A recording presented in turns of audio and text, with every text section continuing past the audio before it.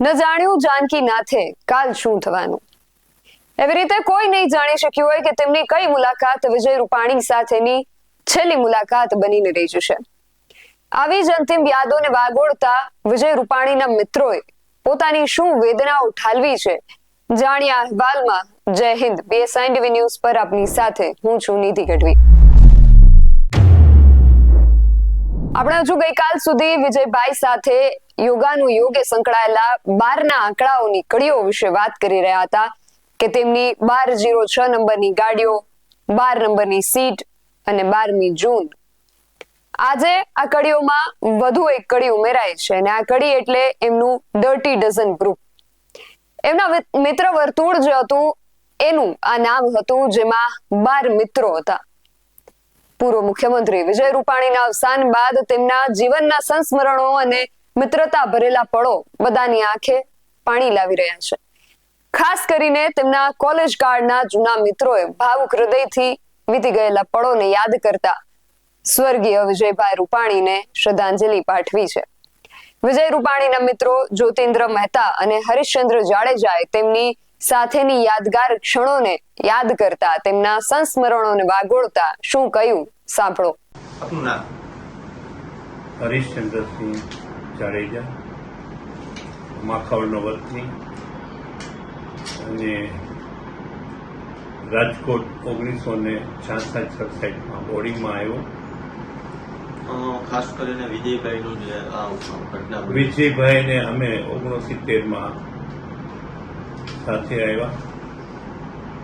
અભયભાઈ, વિજયભાઈ અમે બાળપણના મિત્રો અને ABVPમાં સાથે લઈ ગયા. જનસંઘમાં મને રાખ્યો. જનતા દળ થઈ એમાં પણ મને સાથે રાખ્યો હતો. ડિસ્ટ્રિક્ટ લેવલમાં સુધી પહોંચાડ્યા હતો. ત્યાર પછી એમને ગામડાના ઇલેક્શનો સાથે અમે જતા. હંમેશા એક જ વાત હોય, રાષ્ટ્રભાવના, ભરપૂર રાષ્ટ્રભાવના. કોઈ પણ રાષ્ટ્રની ઘટના બને એટલે એ આગળ હોય અને અમને બધાને ભેગા સાથે રાખીને જે કાંઈ સેવા કાર્ય હોય એમાં સાથે જ ઉતરતા. એ વિજયભાઈ અત્યારે આપણી સાથે નથી. પરમ કૃપાળુ પરમાત્મા એમના આત્માને શાંતિ આપે એવી અભ્યર્થના સાથે એના જીવનમાં એવા ઘણા પ્રસંગો અમે સાથે જોયા છે કે મોરબીની હોનરત હતી. અમે બસ લઈને ગયા, સાંજે આવતા હતા સેવા કરીને પાછા, અને અમારી બસ ઊંધી પડી. એક પણ વ્યક્તિને લાગ્યું નહીં અને સુખરૂપ પાછા ઘરે પહોંચ્યા. વિદ્યાર્થી કાળમાં ઘણા એવા કિસ્સા અમે સાથે કામ કરવામાં ચડતી પડતી જોયા છે. બાપુ, એક એવો કિસ્સો કે જે તમે નહીં ભૂલી શકો? મારા બાયપાસ વખતે એક સતત સાથે રહીને મને અમદાવાદ લઈ ગયા, અહીંયા બાયપાસ કરાયું અને છેલ્લે સુધી ચિંતિત હતા કે હરીશચંદ્રભાઈ તમારું આટલું શરીર છે એટલે બાયપાસ તો મુશ્કેલી છે, છતાં પણ આપણે અમદાવાદ આપણા જૈન સાહેબ પાસે કરાવીએ. અને ત્યારે એ CM હતા, એમને તરત ફોન કરી અને બધી વ્યવસ્થા કરાવી. અહીંથી 2 ડોક્ટરોને ભેગા મોકલા. ત્યાં સુધીને એ વ્યાધિ કરતા એ પણ હું નથી ભૂલ્યો. એ ઋણ કોઈથી ભૂલાશે નહીં. એ ઋણ કોઈ દિવસ ભૂલાશે નહીં. રાજકોટની વાત કરીએ તો વિજયભાઈ રાજકોટને રંગીલો બનાવનાર વિજયભાઈ, રાજકોટની કોઈ પણ સંસ્થાનું કામ હોય તો વિજયભાઈ હંમેશા આગળ હોય. પછી જૈન સંસ્થા હોય કે પછી વિજયભાઈના દીકરા જ્યારે એક્સિડન્ટમાં દેવ થઈ ગયા અને પૂજિત ટ્રસ્ટ બનાવ્યું, પૂજિત રૂપાણી ટ્રસ્ટ, એની અંદર હંમેશા પોતે જ આગળ હોય અને એમના બધા જ ગ્રુપના ને સાથે રાખીને કામ કરે. કોઈ પણ રાષ્ટ્રનું કામ હોય તો પેલા હોય, પછી હોનારત હોય, વાવાઝોડું હોય કે રાજકોટની કોઈ એવી ઘટના હોય તો એ સાથે જ હોય હંમેશા, કોઈ પણની સાથે. કેટલા મિત્રો તમે હતા વિજયભાઈને? વિજયભાઈના અંગત મિત્રોમાં એક અમારું ડર્ટી ડઝન ગ્રુપ હતું. એ દર વર્ષે સાથે બેસીએ, પતંગો ઉડાડીએ, સાથે જમીએ, સાથે રમીએ, સાથે ગીતો ગાઈએ. આટલી સરળતા એની. પોતે પાથરણા પાથરવા માંડે, પોતે નીચે બધાને નહીં, ઉપર અમારા જેવા વડીલને ઉપર બેસાડે, બાળકોને નીચે બેસાડે, પોતે નીચે બેસે અને રાષ્ટ્રગીતો ગાય. કેટલા લોકોનું ગ્રુપ હતું? અમારું 13 જણાનું ગ્રુપ હતું, 30 ડઝન. 13 જણામાંથી એક મિત્ર થયો છે. છેલ્લો મેસેજ શું આપશો? છેલ્લો મેસેજ એ જ કે ભગવાન એના આત્માને શાંતિ આપે, માં આશાપુરા એના ચરણોમાં એને સ્થાન આપે અને એમના કુટુંબીજનોને હંમેશા સુખી રાખે. આજ મારી પ્રાર્થના છે. રેડી. વિજયભાઈ આજે આપણી વચ્ચે નથી એ વાત માનવામાં નથી આવતી અને કોઈ એમ કહે કે વિજયભાઈનું અવસાન થયું તો શક્ય જ નથી એવું મગજમાં ફિલિંગ આવે છે. વિજયભાઈ ફક્ત સીએમ નહોતા, એ કોમન મેન પણ હતા, સાચા અર્થમાં કોમન મેન હતા. નાના માણસની સાથે પણ બધા સાથે જે વ્યવહાર કરે એવો વ્યવહાર કરે અને એ એમના વર્તનમાંથી દેખાતું. કોઈ પણ વ્યક્તિ આવે કોઈ પણ ઇસ્યુ લઈને તો એના તરત જ એને મદદ કરવા માટે તત્પર થાય એવો એમનો સ્વભાવ હતો. કોલેજ કાળથી અને રાષ્ટ્રીય સ્વયંસેવક સંઘના સ્વયંસેવકના બન્યા અને એમાં જે એમનું સંસ્કારનું સિંચન થયું એને કારણે એ હંમેશા દરેકને મદદરૂપ થતા. વિજયભાઈ અમારા કેટલાક નજીકના મિત્રો, અમે એને 12 મિત્રોનું ડર્ટી ડઝન, જે દર વખતે ઉત્તરાયણના દિવસે અમે અચૂક મળીએ અને ઉત્તરાયણના દિવસે મળીએ ત્યારે એમ મળતા આજે લગભગ 3જી પેઢી આવી ગઈ. હજી એમ બધા મળીએ છીએ અને મળવાનો એક આનંદ છે, ઉમંગ. છેલ્લે અમે જ્યારે ઉત્તરાયણમાં બધા મિત્રો ભેગા થયા ત્યારે અમે અમારા એક દિવંગત મિત્ર અભયને યાદ કર્યું કે હવે આપણા વચ્ચેથી કોણ નીકળી ગયા. અને ત્યારે અમને ખબર નથી આપણને કે વિજયભાઈ પણ આપણી વચ્ચેથી રજા લેવાના છે. પૂજિત રૂપાણી એમનો 3 વર્ષનો નાનો બાળક જ્યારે અવસાન થયું પછી એમણે એમનું આખું જીવન એ સમાજ સેવામાં ડેડિકેટ કરતું.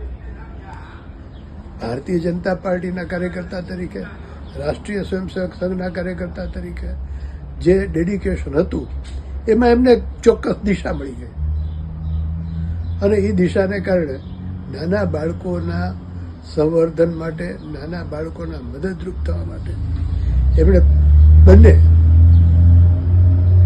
રૂપાણી દંપતી વિજયભાઈ અને અંજલિબેન આ બંને ભેગા મળીને એક એવું કાર્ય કર્યું કે જે એક સીમાચિહ્ન રૂપે આજે પણ આપણે એને યાદ કરી શકીએ. બાળકો માટે પૂજિત એમણે જે નાના બાળકોનું કામ કરે ત્યારે એને એમાં પૂજિતનું દર્શન થાય. આ એમની વિચારધારા હતી અને આ દંપતીએ જે કામ કર્યું છે પૂજિત રૂપાણીમાં એ ક્યારેય ન વિસરી શકાય એવું છે. અમે બધા કોલેજમાં સાથે હતા, અમે ઇમરજન્સીમાં જેલમાં પણ સાથે હતા. 11 મહિનાનો જેલવાસમાં અમે સાથે કામ કર્યું. અમે બધા જ્યારે છૂટ્યા પછી એમનો એક પત્ર આજે પણ મારી પાસે છે કે તમે બધા છૂટી ગયા, હું તમારા બધાના બિલ્ડિંગ ઉપર એકલો સિંહાસન બનાવીને આરામ કરું છું. ત્યારે અમને એમ હતું કે આ જલ્દી છૂટે તો સારું. પણ ઇન્દિરા ગાંધીએ કેટલાક લોકોને વધારે સમય માટે જેલવાસ આપ્યું. આ બધી વાતો એવી છે કે વિજયભાઈનું ઘડતર જે થયું એ ઘડતર આવા અનેક પ્રકારના સંજોગોથી પ્રસંગોથી થયું. અખિલ ભારતીય વિદ્યાર્થી પરિષદના વિદ્યાર્થી કાર્યકર્તા તરીકે એમણે પોતાનું સર્વસ્વ મૂકી દેવાની તૈયારી સાથે એમણે કામ કર્યું અને એક દિવસ એમણે કહી દીધું કે કાલથી હું ફૂલ ટાઈમર છું.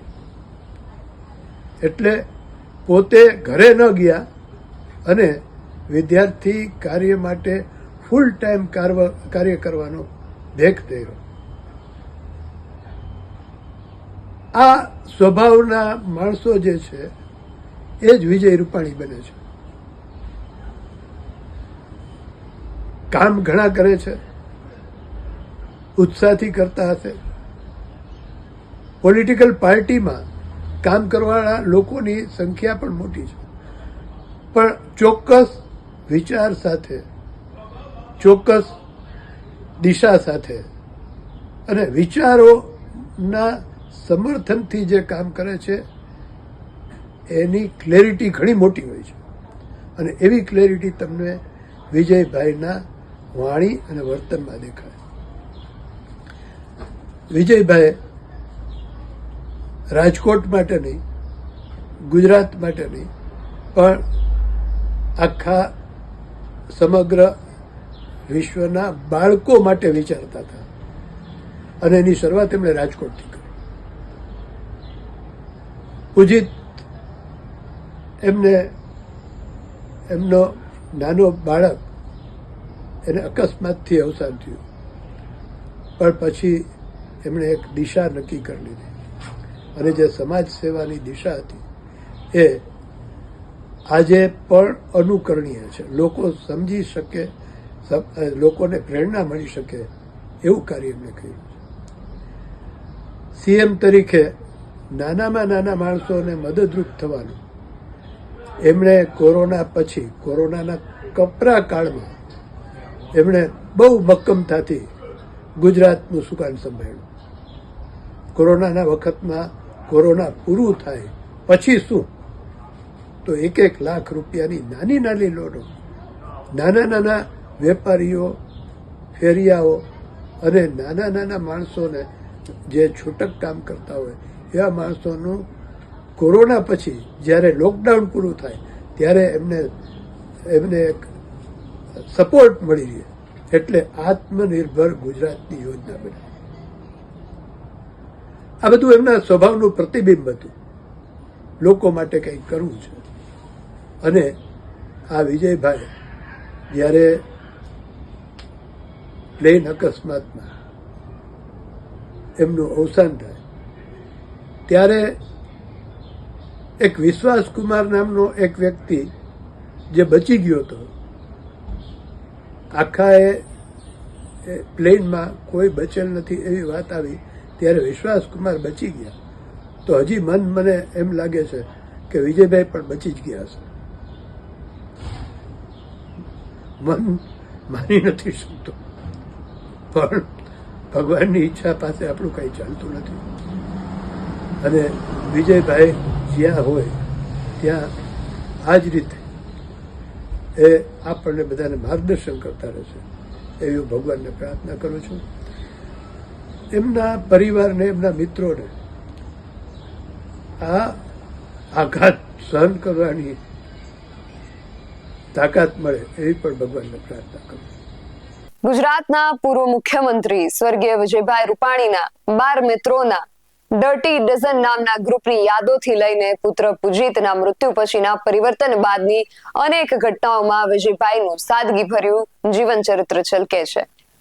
આજે એ 12 મિત્રો, 12મી જૂનનો દિવસ અને વિજયભાઈની પ્લેનની 12 નંબરની સીટ, આ બધા આજે યોગ છે. આ બધું જ એક વિચિત્ર યોગાનો યોગ બનીને જીવનની અનિશ્ચિતતાની અનુભૂતિ કરાવે છે. જ્યોતિન્દ્ર મહેતા વિજયભાઈ આજે આપણી વચ્ચે નથી એ વાત માની નથી શકતા. ગત ઉત્તરાયણના દિવસે જ્યારે તેઓ મળ્યા હતા ત્યારે તેમણે એવી કલ્પના નહીં કરી હોય કે અમારી એક સાથે અંતિમ મુલાકાત હશે, અંતિમ ઉત્તરાયણ હશે. 3 વર્ષના પુત્ર પૂજિત રૂપાણીનું મૃત્યુ થયું એ બાદથી વિજયભાઈએ પોતાનું જીવન સમાજ કાર્ય માટે સમર્પિત કરી દીધું હતું. કટોકટી સમયે સાથે ભોગવેલા જેલવાસની યાદો પણ તેમણે વાગોળી અને આ વાત પરથી સમજી શકાય કે આવી કઠોર પરિસ્થિતિમાં પણ એ કેટલા સ્થિર રહ્યા હશે.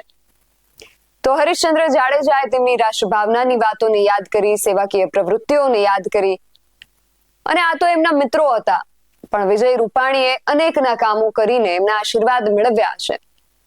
એમણે આજીવન મેળવેલા આશીર્વાદ પણ એમના કમોત પહેલા આડા નહીં આવ્યા હોય. આ જ પ્રશ્નાર્થ સાથે આજના અહેવાલમાં બસ આટલું જ. આ વિશે આપનું શું માનવું છે અમને કમેન્ટ કરીને ચોક્કસથી જણાવજો. આવા જ વધુ અહેવાલો સાથે મળતા રહીશું. તમે મારી YouTube ચેનલને સબસ્ક્રાઇબ કરવાનું અને અમને Facebook અને Instagram પર ફોલો કરવાનું ભૂલશો નહીં. બાકી નવી અપડેટ્સ માટે આપ જોતા રહો BSN TV ન્યૂઝ. નમસ્કાર.